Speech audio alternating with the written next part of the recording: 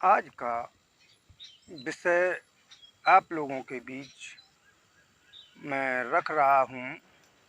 जागो देश के मूल निवासी, जागो देश के बहुजन। 85% हमारे देश की आबादी में 85% का हिस्सा रखने वाले मूल निवासी और यहाँ के इस देश के मूल निवासी और यहाँ के बहुजन हैं, जिन की जनसंख्या 85% है। और जनसंख्या के आधार पर यहाँ के बहुजनों को, मूल निवासियों को सुविधाएं, सुख सुविधाएं, आरक्षण हर महकमे में जनसंख्या के आधार पर उनको उतना नहीं मिलता है जितना कि उनका हक होना चाहिए। इस पर केवल 3% के जो लोग हैं उनका ही बोलबाला रहता है। संविधान में भी अपनी बात रखने का अधिकार है और बाबा साहब ने इस संविधान को यहाँ के देश के मूल निवासियों को के लिए और यहाँ के बहुजनों के लिए तमाम ऐसी नियम कानून बने हैं कि वो अपनी बात कह सकते हैं और अपना हक ले सकते हैं। तो अब तो पहले तो ये था कि पहले सोशल मीडिया नहीं था तो हमारी कोई बात नहीं कहता था, ना पत्रकार कहते थे और ना ही उच्च वर्ग के लोग, अपर कास्ट के लोग हमारी बात को नहीं कहते थे। कहते भी थे तो अपने स्वार्थ और अपने मतलब के लिए थोड़ी देर के लिए कह देते थे। अब वो सोशल मीडिया का ज़माना है। हम अपने देश के मूल निवासियों भाइयों से और बहुजन भाइयों से अनुरोध करेंगे कि अब सब पढ़े लिखे का ज़माना है, सभी लोग पढ़े हैं, निरक्षर कोई नहीं है, सब साक्षर हैं। तो इस सोशल मीडिया पर आप कुछ ना कुछ अपने समाज के लिए, अपने हक के लिए, अपने परिवार के हक के लिए, अपने समाज के हक के लिए कुछ ना कुछ तो इस सोशल मीडिया पर लिख कर के भेजें, जिससे कि यहाँ के देश के मूल निवासियों को जन जागृति हो और आगे बढ़ने का काम करें। जिस तरीके से रामास्वामी नायकर जी, पेरियार जी ने इस बहुजन को जगाने का काम किया, पाखंड पर जितना भारी कुठाराघात किया उतना किसी ने नहीं किया। और ललन सिंह यादव जी ने समाज को जगाने के लिए हर प्रयासरत रहे। और बुद्ध ने भी पूरे देश की जनता को जगाया और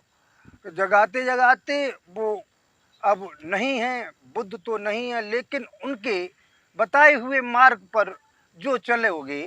तो अब भी आपको कहीं ना कहीं सफलता मिलेगी। ऐसी सिखाई कि अगर उस रास्ते बुद्ध ने ऐसी कला सिखाई, जीवन में जीने की कला ऐसी सिखाई कि अगर उस रास्ते पर आप चल दें तो मैं ज़्यादा नहीं कहता हूँ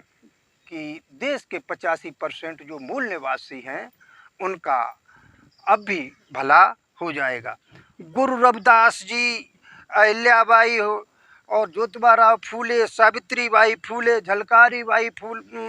बाई, सावित्री बाई, आवंती बाई और नारायण दास गुरु और मदारी पासी और छत्रपति साहू जी महाराज, ऐसे सरदार वल्लभ भाई पटेल और बिरसा मुंडा, संत गाडगे जी, स्वामी अच्युतानंद, कबीर दास, रैदास, पलटू दास, ऐसे बाबू जगदेव